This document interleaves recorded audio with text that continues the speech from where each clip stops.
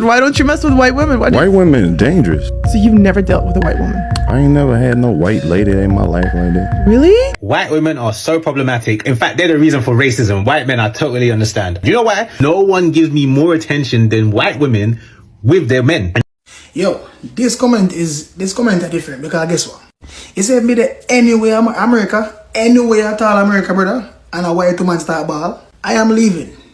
I am leaving. Women who hate black people will have a black man's baby in a minute! A few years ago, a creator named Sierra Thompson caused an uproar when she said that one of the most dangerous groups in the US is white women. Anytime a black man takes on the mantle of a blonde-eyed, blue-eyed, blonde-haired white woman, it is terrifying. I recently posted a video about how my white wife filed a false allegation against me in order to advance. 5 years ago, I was working in the emergency room and I made a mistake. I did something young and dumb and foolish. There was like a rubber band that a bunch of lab test tubes came in, and so I took the rubber band off these test tubes and I shot one of my coworkers in the back with the rubber band. I was probably about 5-10 feet away from her, and I shot her in the back, like in between the shoulder blades. Do not mistake white women's kind nature as a sign of attraction towards you.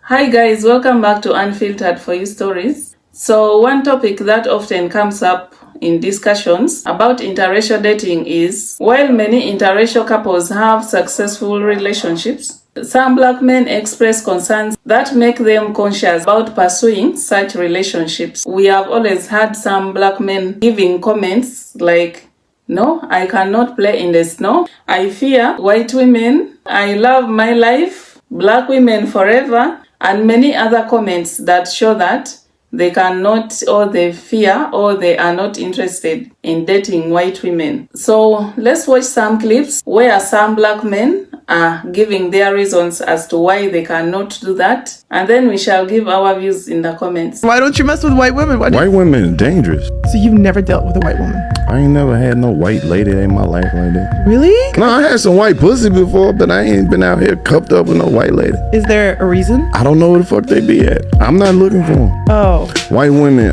it's a liability. Because it don't matter where you at. If a white lady start crying, it's gonna fuck the whole, it looks suspicious then. What if she's happy? Always happy. She on drugs. You see how easy it is to pinpoint this shit? But what about like a European white lady?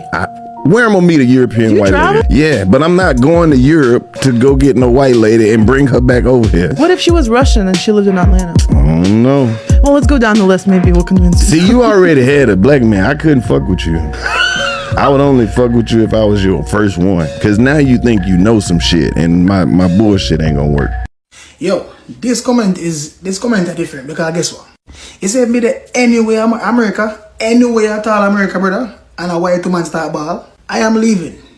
I am leaving. Me never did that. Me not even did that. Me gone from yesterday. If you don't know nothing about America, I'm tell you this. The most powerful thing in America is a white woman. If you make a white woman ball, if you do anywhere where a white woman a ball, or if you do anything at all, directly or indirectly to make a white woman ball, you go to jail. Just know that. You might get life in prison too. Because why she a ball? Hey man, man them tread carefully here, man. No way I do. But I'm scared of white women. This is like, y'all don't watch white chicks. That don't scare y'all. Yes, that shit is fucking scary. Yes, I'm afraid of it. Like I watched this, the nails, the eyes, the whole deal. The nails were crazy. Yeah, like anytime this happens, I'm terrified. The feet in the ballet shoes. Yeah, it's scary as shit to me. It's scary. The close-ups were terrifying. You talking about white chicks or this? I'm talking about this. I serve a righteous God. Oh, I mean, yeah, white chicks is one thing, but this when he's looking at the thing, I think Drewski was playing with horror a little bit because nigga. Well, that was Erica Kirk. She did that. Yeah, but you know, I'm looking at it. She don't really scare me. Oh, when she does that stare, you get scared. Stop it. You scared of her. Stop. That's why white women who hate black people will have a black man's baby in a minute. You know why? Why? Subconsciously, she don't even understand that the first law of nature is self-preservation. She don't know why she's attracted to that black man. She thinks it's because of his penis. No, it ain't. That's what I thought. It's because of his genetic material. He can help your species survive a little bit longer. Damn. It's a subconscious call. When I feel that white women sending me vagina energy, no! It's nobody mind control! I gotta wait. So you very important to the culture. Yes, sir. You you know how to captivate us, but you educate us, even though you make us laugh. And the reason I do that, Phelps. I was gonna say, how did you like if, for instance, you know how if you was to watch like a old, I don't know, Michael Jordan introduction, we would see him at 6 years old doing the same thing he was doing as an adult. Yes, sir. I recently posted a video about how my white wife filed a false allegation against me in order to advance a divorce. A number of people had asked me in previous posts whether or not she was white. I answered. My wife said she was going to call the police on me. My white wife said she was going to call the police on me. So the responses that I've gotten sound like that's what you should have expected. That's what they do. You had no business there. Are they the only ones who file false abuse charges against black men? What are we saying about them if that is the case? What are we saying about black men if that's the case? What are we saying about white parents who are raising white girls and white boys? What are we saying? What are we saying when we say that's what you get? That's what you should expect from white women. I'd love to hear from white women. What do you think about this idea that black men should expect you to betray them? Can't wait to hear the answers. Do not mistake white women's kind nature as a sign of attraction towards you. One thing I've learned about white women since I've moved into a more suburban neighborhood is that they have the personality of they're very sweet, they're very kind, and it may sometimes come off as flirtatious. Their personality always is so just giddy, it's always just so happy, it's always just so outgoing and everything. Sometimes it comes off as they might give the energy as they're attracted to you or they're into you, when in reality it's just their nature. Do not mistake this for signs of attraction, because a lot of times when it seems that way, it really isn't. It's just the way they are.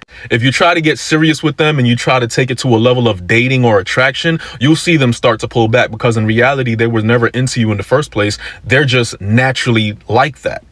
And they'll tell you straight out, oh, this was never my intention. Like, oh, I have a boyfriend, or, oh, I was not into you like that. They'll just, pull back a little bit, because in reality, they're really not trying to be flirtatious. It just seems that way because of their nature.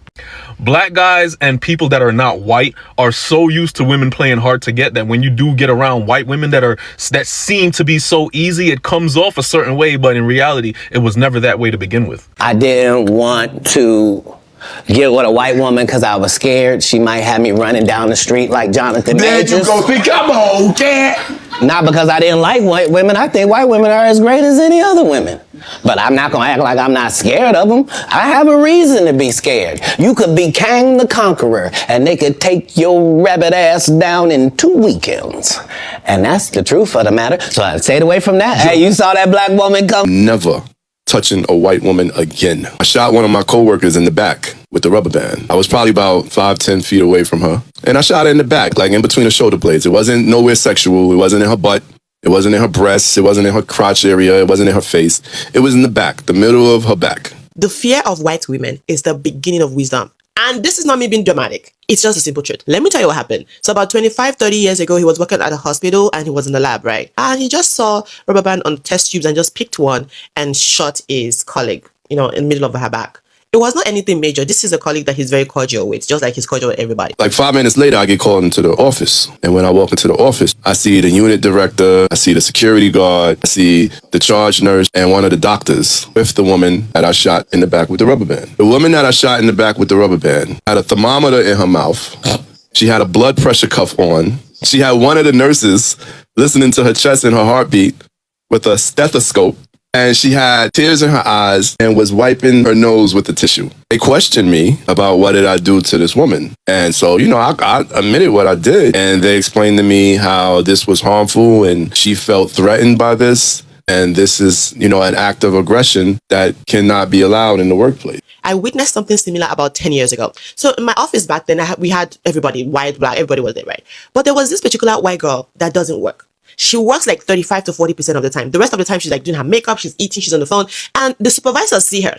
Everybody sees her, but nobody says anything. So one day, this black woman got so sick and tired of her and had like a verbal exchange with her for like 1 minute. So this black lady was telling her, everybody needs good starts to keep their job. Why not just do your own part? Because if you don't do your part, it falls on us to do it for you. I approached the white girl like, what's going on? She said, I'm sending an email to HR. I go, yeah, right, you are. I looked on her screen. She had this extensive email she was typing. No joke, it's like probably the longest email I've seen. I go, okay, I'm minding my business. HR called them to the office. Supervisor was there. Everybody was there. This white lady said the black woman was causing her to have anxiety and depression at work, that the work environment has now become hostile for her. The white girl came back with swollen eyes, red eyes, everything. She had boogie in her nose. I was like, what happened in that office? What if I told you the black woman got fired on the spot? The white woman got 6 months of mental health leave, fully paid. That was the day I learned that the fear of a white woman is the beginning of wisdom. Don't get me wrong, they're the sweetest people when they like you. But sometimes when they're in a bad mood, they will double down that you meant to hurt them. Once a white woman cries, your life is over. If you catch a white woman in the wrong mood, she will send you to one of 4 places: the gallows, jail, unemployment, or bankruptcy. If I'm in any space and I see a white woman crying, I'm leaving. I have white friends, right? But in my head, there's this much distance. This is your reminder. If you're messing with a white woman, be careful. A few years ago, a creator named Sierra Thompson caused an uproar when she said that one of the most dangerous groups in the US is white women. What she was referring to is the long history of white women's lies leading to horrifying acts of violence against Black Americans. For example, in 1921 in Tulsa, Oklahoma, a 19-year-old black teenager named Dick Rowland accidentally bumped into a white woman named Sarah Page in an elevator. Page screamed and ran away, and a lie spread that Rowland had assaulted her. This gave a white mob the excuse to go on a murder spree that left hundreds of black people dead in what came to be known as the Tulsa Massacre. 2 years after this massacre, something similar happened in Rosewood, Florida. When a white woman named Fannie Taylor falsely accused a black man of assaulting her, a white mob went on a rampage through the black community, murdering dozens and throwing the bodies into mass graves. In 1955 in Mississippi, a white woman named Carolyn Bryant lied and told her husband that a black teenager named Emmett Till had tried to assault her. That night, Bryant's husband went out and kidnapped Emmett Till, tortured, and murdered him. Neither Carolyn Bryant nor her husband ever faced any consequences for their actions. This dark history is the reason why Sierra Thompson argued that white women can be so dangerous. And she was also responding to several cases across the country in the past few years where white women have called the police on black people, putting their lives in danger. For example, in 2020, a white woman called the police on a black man birdwatching in Central Park after he asked her to put her dog on a leash. Because police encounters with Black Americans so often turn deadly, many people argued that by simply making that phone call, this woman was setting herself up to be an accomplice to murder. If we look back at history, what we find is that sometimes white women have played a terrifying role in the violence against black people. And there were even some women who made a career out of calling for this kind of violence, both in the United States and around the world. In the 1920s, Ray Beveridge, a former actress turned right-wing activist, went on a speaking tour across Germany where she protested the presence of black troops in that country. As part of the Versailles Treaty that ended World War I, the Rhineland in Germany became a demilitarized zone. And when the French army occupied that territory, they enlisted black soldiers from Senegal. People like Beveridge began a racist campaign calling for these black soldiers to be removed from Germany to protect white women. Her speeches were titled The Black Horror and The Black Shame. One way that she drummed up racist fears was by constantly warning about the threat of mixed-race children to the purity of the German race. During her tour of 25 German cities, Beveridge warned about the brutal cravings of these savage blacks for white women. In one speech, she said that the Negro has much less capacity to think, but much stronger sensual feelings than the white. She said that black beast with a wild erotic drive would assault white women, white girls, and white boys. She spread blatant lies about how the victims of this unregulated passion of black men would often be found close to death, their bodies torn through the brutal attacks, some of them with wounds from bites, which showed obviously how the wild black beast had fallen upon its victim. Every single time Beveridge gave a speech, she would include dozens of outright lies, such as that 60% of the children of mixed race were born with syphilis, or that in German brothels, every girl has to satisfy 10 black men every 3 hours.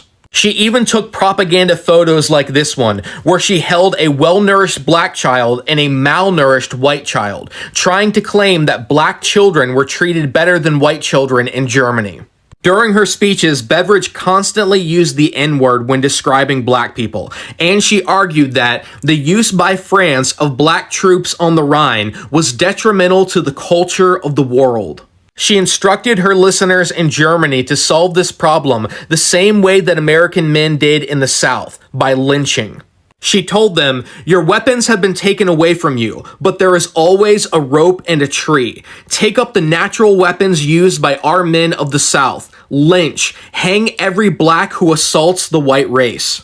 Often crowds of 50,000 Germans would listen to these speeches, which Beveridge was paid extremely well for. Another white woman who called for the lynching of black men was the feminist Rebecca Latimer Felton from Georgia. In 1897, she warned that black men were roaming America with a license to degrade and debauch. During one speech in Georgia, Felton said, "If it needs lynching to protect white women's dearest possession from the ravening human beast, then I say lynch, 1,000 times a week if necessary." Now, it's important to note that these accusations of an epidemic of black men assaulting white women were completely false. In the 1890s, the anti-lynching activist Ida B. Wells conducted in-depth investigations into these charges. She found that in a majority of lynchings, the accusations of black men assaulting white women were false and were only invented later as an excuse to justify this racist violence. The fact that white women played a key role in racism and white supremacy should come as no surprise. From the moment that enslaved Africans arrived in the Americas, white women were critical to the maintenance of slavery and white supremacy.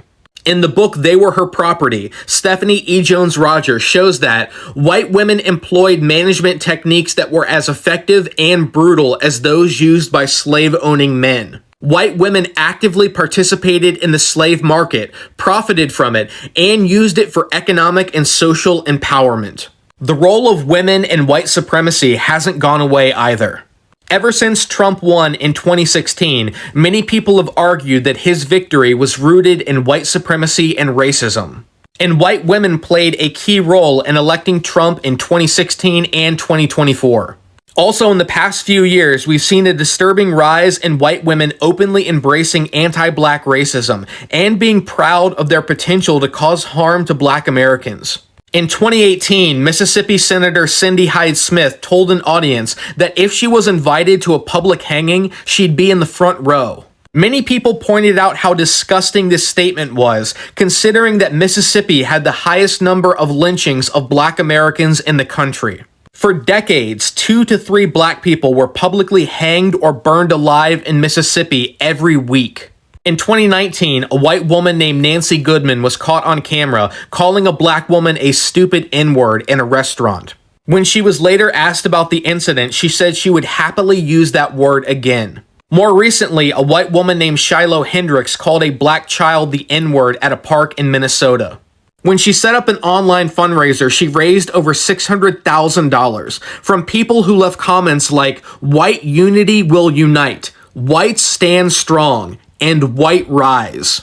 After this story spread around the world, a white woman named Lily Gaddis went on the Piers Morgan show, and she not only defended Shiloh Hendricks using this racial slur against a child, but she admitted that she frequently uses the N-word herself. When white women admit to using the N-word and take pride in their ability to weaponize their whiteness and put black lives in danger, they are following in a dark legacy in this country that goes back to the days of slavery and lynching. That's why it's been so disheartening to see some white women come on this app and talk about how they have black fatigue. Whenever any white person uses this phrase, we all know what they're really saying. Black fatigue is just another way of saying the N-word. And we've seen this kind of rebranding before. We saw how in the early 2000s, white people started using the word thug instead of the N-word. We've seen how racists used the term alt-right when they were really describing the same white supremacy this country has always dealt with. What's so troubling about this conversation around black fatigue is that it fits into a trend of white women gaining influence by using racist dog whistles. When people like Ray Beveridge spread her hatred in the 1920s, she reached thousands of people. Thanks to social media, the Ray Beveridges of today can spread their hate to millions. Now, I want to make it clear that by covering this information, I'm in no way saying that we should condemn all white women or use this history to incite violence or hatred against any women. We can't change the past, but we can change how we act in the present and how we work together to build a better future. We have to stand up and condemn racism whenever we see it, no matter who it comes from. Because the only real fatigue comes from living in a country that is still poisoned by racism and division. The only way to move forward is united as one. Some black men are scared or terrified by white women, especially in the US, because of their white tears. We have always heard about this. And this is really common in the US due to the past or due to the history around races. And when you hear some of these black men saying that white women are dangerous, I think it can be relatable because of some of the experiences that people have had with some white women, where even some black men have ended up losing their lives just because they got into relationships with these white women. For the tears of a white woman, we have always heard about this. Like, if you do something, or if you don't agree with these white women, some innocent black men ended up in jail for so many years while they were innocent. So some black men are like, no, I don't want to find myself caught up in that mess. I don't want to mess up my life. I don't want to mess up my future. I don't want to be framed for something that I didn't do. And then also, some black men have that fear of being misunderstood, where some of them worry that a white partner may not fully understand their experience with race, discrimination, or cultural identity. They may fear having to constantly explain things to these white girls or white women, issues that feel obvious to them, or feeling unsupported when they try to discuss or share sensitive topics. Yeah, sometimes interracial relationships are not easy, especially if you are from totally different cultures or backgrounds, because people have different experiences. Some due to their skin colors, their race, the experience that a black American man had or may have is not the same as the experience that a white woman or white American woman had. They grew up, yes, in the same country, but they have different experiences. Then the historical and cultural baggage, history based on race, especially in the US, like I said, left lasting sensitivities around interracial relationships. Some black men fear navigating the stereotypes, the assumptions, or the social tensions connected to that history. Then we have also had cases where black men have been fetishized. So you find that some black men fear dating white women or white girls just because they fear to be fetishized. They want someone to love them for who they are. They want real love, like pure love, and not based on fetishizing, like the way we have always had. I want the BBC. Some black men also commented about cultural differences, safe food. He may want to eat seasoned food, while the white woman may not want the seasoned food. So that difference in culture makes some black men to avoid dating the snow bunnies. However, there are many black men who are dating white women, but when fear comes in or when fears exist, they are often connected to concerns about stereotypes, about acceptance, understanding, family reactions, or past experiences, rather than race alone. So what do you think? Are these black men's fears valid, or are they over-exaggerating? Thank you so much for watching, and if you're new here, remember to subscribe, hit that like button, and let's catch up.